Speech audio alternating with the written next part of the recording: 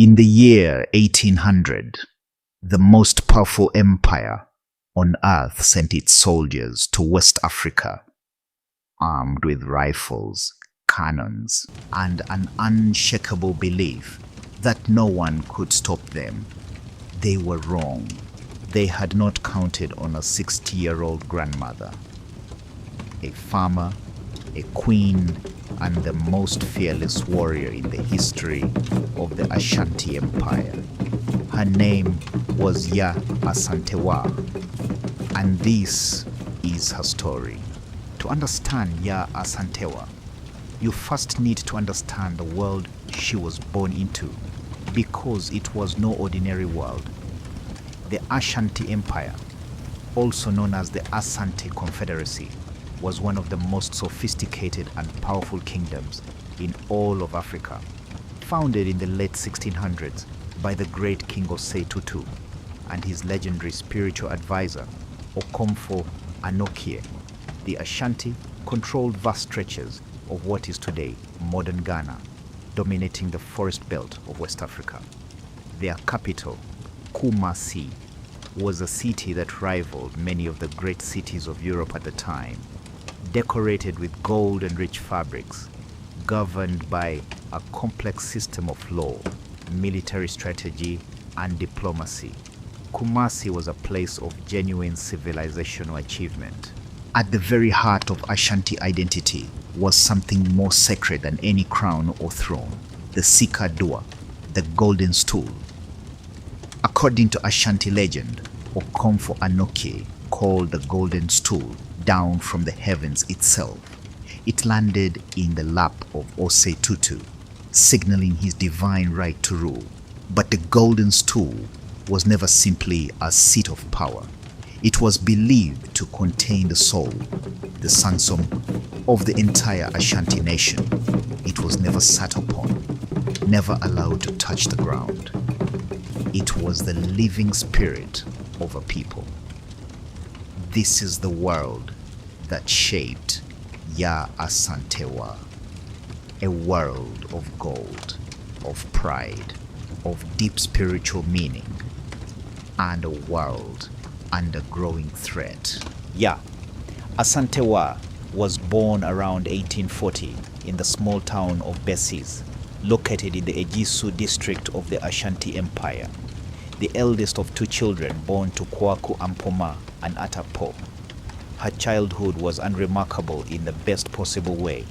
She farmed, she learned, she lived the rhythms of Ashanti village life, tending crops around the nearby village of Boankra, participating in community rituals, absorbing the deep moral and spiritual framework of the Akan people. Now here is something essential to understand about Ashanti society. Something many people in the West still don't fully appreciate. The Ashanti were a matrilineal society. That means lineage, inheritance, and political authority flowed through the mother's line. A person's blood came from the mother, their spirit from the father. And in this system, women were not powerless bystanders. They were cornerstones of political and social life. The Queen Mother, known as the Ohema, was the sister of the chief and the head of kinship relations. She advised the king, protected the sacred Golden Stool, and held the critical power of naming candidates for the next king. This is the world that would one day anoint Yaa Asantewaa, but that destiny was still some years away. Her older brother, Nana Akwasi Afrane Okpase, rose to become a powerful ruler, and he selected Asantewaa as Queen Mother of the Ejisu state. It was a role that came with enormous responsibility and, as she would prove, enormous courage. While Yaa Asantewaa grew into her role as Queen Mother, a storm had been building on the southern horizon for decades. The British had been lurking on the coast of West Africa since the 1600s. first for gold, then for enslaved people, and eventually for empire.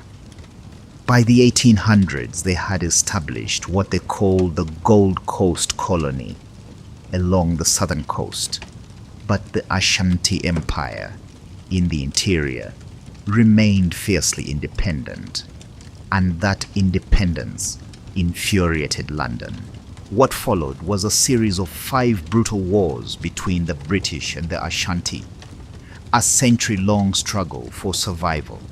The First Anglo-Ashanti War in 1823, the second in 1863, the third and perhaps most devastating in 1873, when British forces under General Garnet Wolseley marched on Kumasi, burned the royal palace, looted its treasures, and forced a humiliating treaty on the Ashanti king.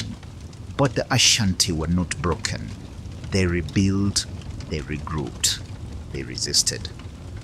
During her brother's reign, Yaa Asantewaa witnessed the Ashanti Confederacy go through a series of events that threatened its future, including a devastating civil war from 1883 to 1888. Feuding between rival factions weakened the empire from within just as British pressure intensified from without. Then came the blow that changed everything. In 1896, the British moved decisively. They marched into Kumasi, seized Asante Prempeh I, the king of the Ashanti, along with members of the royal court and government, and exiled them thousands of miles away to the Seychelles Islands in the Indian Ocean. When the British exiled Yaa Asantewaa's own grandson Kofi Tene to the Seychelles in 1896, along with King Prempeh I and other Asante leaders, Yaa Asantewaa became regent of the Ejisu Juaben district. Think about what that means. The king, gone. Her own grandson, gone. The heart of the empire ripped out, and left behind was a people humiliated, leaderless, and furious. 4 years passed. The Ashanti seethed. And then, in the spring of 1900, the British made what may be the single most catastrophically arrogant blunder in the history of West African colonialism. British Governor General of the Gold Coast, Sir Frederick Mitchell Hodgson, called a great meeting in Kumasi. He summoned the remaining Ashanti chiefs, the elders, the leaders of a wounded people, and he stood before them and delivered a speech that stunned the room into silence. He told them that King Prempeh I would not be coming home. He told them that they were now subjects of the British crown and must pay tribute accordingly. And then he demanded the Golden Stool. He actually said it. The sacred object believed to contain the soul of the entire Ashanti nation. He wanted it brought to him so that he could sit upon it as a symbol of British dominance.